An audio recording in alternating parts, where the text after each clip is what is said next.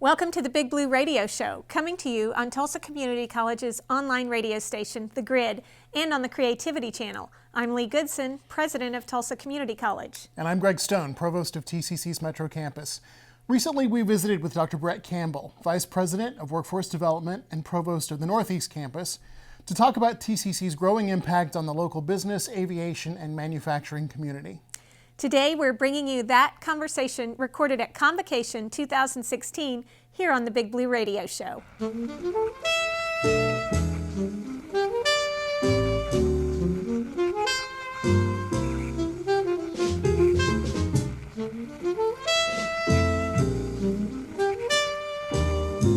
Dr. Brett Campbell, thanks for being on the show today. We appreciate your time.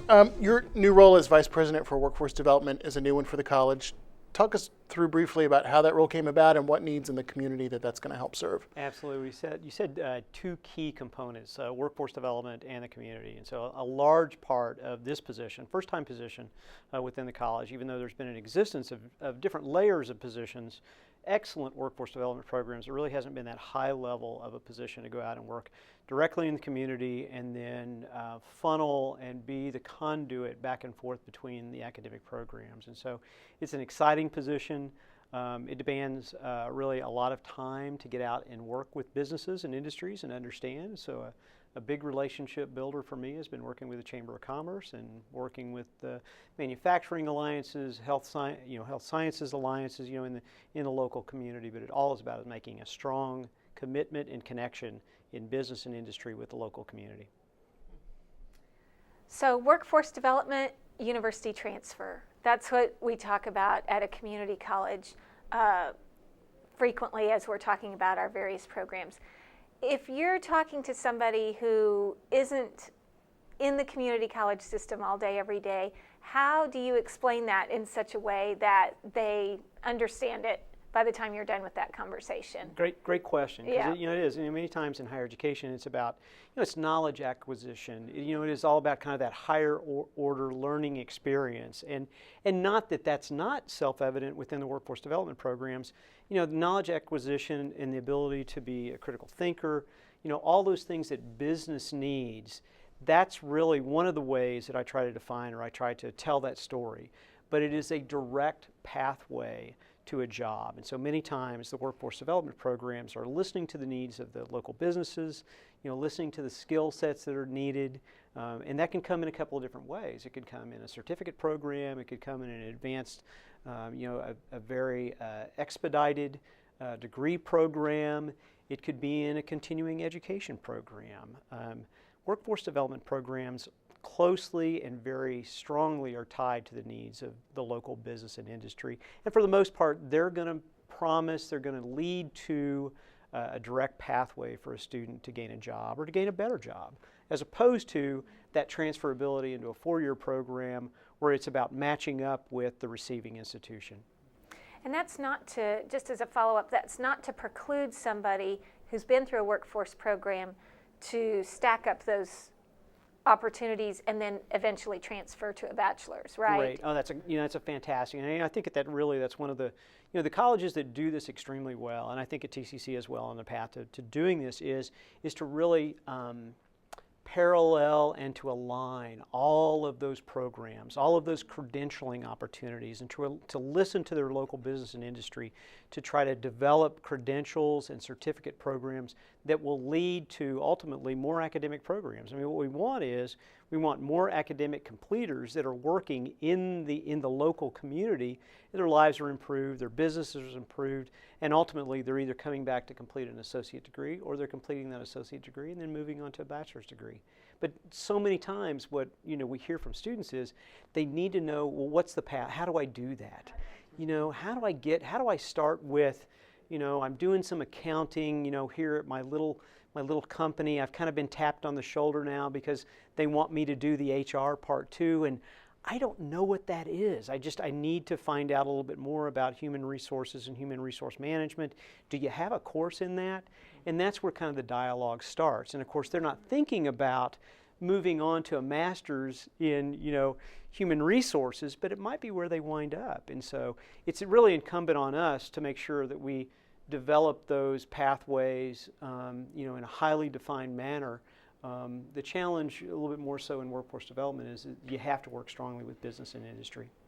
You mentioned continuing ed, and we're going to come back to continuing ed in a minute, but give us an overview of what some of the workforce opportunities for students are now. I mean, I think people think of TCC, and if they've been in the area for a long time, they maybe think about the nursing program and some of the allied health, but there's a lot of new stuff in workforce development in the last few years. Give us an overview about what's available for students. One of the things that I'm most excited about, and again, not to preclude anything else, I'll try to go through the whole list. It is kind of tough. It's kind of like, it's a large family. Right. You want to talk about all the children. Right. You don't want to miss anyone. Right. You don't miss out on anyone. But absolutely, the aviation, the aerospace industry in the Tulsa area is one that's had a long-standing effect. Many times people think about mechanics, A&P people who worked at American Airlines or Spirit, Lufthansa, all these different companies in the local Tulsa area. Our parents have been engaged with that, and what's happening is people are retiring, and so that next wave of advanced manufacturing, work in the aviation industry, in the energy industry, it's no longer is it turning wrenches. It's not working in a manufacturing process where it's an assembly line or you're just putting something together and it's kind of mindless work. That's not the manufacturing technology of today's world. What the manufacturing technology of today's world is, it's like if you go out to Whirlpool right now, you see this amazing line and processes, but it's all computer controlled. And guess what happens? Computers sometimes don't work exactly the way that we think they're going to, or the code somehow gets corrupted, and those have to be serviced. They have to be fixed. And it's not going up and just throwing a switch. It's actually having the technical skills, having the software programming skills to go in and work with the very specific software programs to restart that process. It's an amazing process. I give that example, Whirlpool. They bring in huge rolls of steel and will transform these rolls of steel into appliances in, a half hour. And again, amazing. it's amazing to see it happen. And it's amazing to see our students in those positions. And you get to see that. You get to witness that in your job, don't you? And get to go out with our students. Our students are coming yeah. back and saying, this is what happened, on the line. But it's not that assembler. It's technologically driven. It is higher thinking. It demands, more than anything, and this is kind of the parallel into the university transfer or the general education learning objectives that we see that kind of transcend and go into workforce development. It's about working with teams. It's about being able to communicate at a high level. I mean, the concept of working in a manufacturing process where you just kind of did your piece, those are not today's companies. You have to be able to communicate well. You have to be part of a team. You also have to be that person that has some leadership skills to say, you know what, this isn't working anymore. It'd be so much better if we did this. Manufacturing, aviation, aerospace manufacturing, very, very excited about what's happening in Tulsa right now with IT, software development companies. I mean, there are some really strong capacity in Tulsa for more programmers. That business is a little bit cyclical. It seems to be coming back. Tulsa is also a very strong hub for professional services, and so I'm talking about accounting. Many of those large companies that bring their professional services here to the local area, they're looking for, accounting people, marketing people, and those are strong pathways with our workforce development programs as well. Nursing and allied health is always going to be a fantastic way for people to move into, again, well-paying jobs, career jobs. Medical lab technology is just, again, another field that is just taking off all the time. So things are, the local economy is strong. The Tulsa economy for so many years have been based on energy, but it's been very diversified over the last decade, and just a lot of different pathways. Absolutely. Getting more so. Yeah. So you've talked about continuing education some. Can you define that a little? Can you give us a couple of examples of how companies might use continuing education as opposed to credit? You bet. Yeah, one of the most exciting things that I've been able to do over the last year, and something that I really, really enjoy, is going out and talking to businesses and talking about what are the gaps, what do you need, talked with the local metal fabricator just in the last few weeks, and just heard that they had people on the floor that have to look at invoices. They see these on screens now. No one sees a piece of paper. Everything, again, technology based. And many of these individuals didn't have the skill sets with Excel, which most people know how to see that. They understand it's kind of an XY axis. You put something in the cell, you can make a computation based on that. And it's the needs there were not necessarily a full class. They didn't need a 16-week, 3-hour class on how to utilize Excel. This company particularly needs something very specific. They need something that was tailored just for the needs. It was for inventory control to use Excel. And so what we do in continuing ed is we send a group out there to follow up and to say just exactly what are you looking for. Then we identify a faculty, maybe a full-time faculty here at TCC, maybe an adjunct faculty that has an expertise in that area, and then we build a specialized continuing ed program for that, and we're doing that over and over and over again. Python is a particular language that is being used at very high level. We've heard a lot about that lately. And what we're finding is that some of those IT companies, even though they're employing software engineers, people with bachelor's degree, they need something that is tailored, developed for their needs and their business. We find the expertise of our faculty, we tailor it into a non-credit continuing ed, and then we try to build more and more of those types of programs that will actually fall into something that looks like a certificate. So if you were to take 4 or 5 of those types of academic areas and put them together, you could put together a very specific certificate program that possibly could lead to a credit program or an associate's degree. So when the dialogue starts about laddering or developing programs that kind of overlap and kind of build one onto another, that's what we try to do. We try to find out what the gaps are and try to build relationships in the industry to find out what the needs are, develop something possibly in non-credit, and let it build into a credit and possibly onto an associate's degree. You mentioned that we've been doing continuing ed and workforce development for a long time, but this is a sort of a new role. And you're sort of rebuilding and in some cases rebranding our existing efforts into this new effort that really is going to try to be a little more proactive than maybe we've been able to be in the last year or two. What are your goals in the next year or two? What do you hope that continuing ed and workforce looks like 3 or 4 years from now? We want to provide continuing ed to every company in Tulsa. We know small goals, right? Exactly, little bitty things.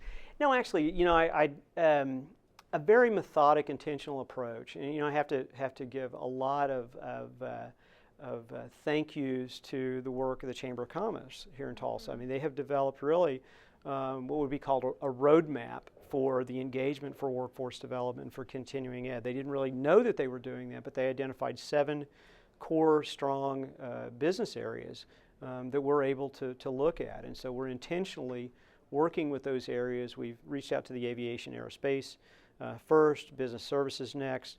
Energy, of course, is coming back a little bit more. We'd love to see, price of oil hit maybe $50 a barrel, but we'd all like to do that. Nice, we can magically have that happen. And IT, and so, we want to build processes and we want to build programs that we know are going to be successful, that we know are reflective of the needs of our industry and business.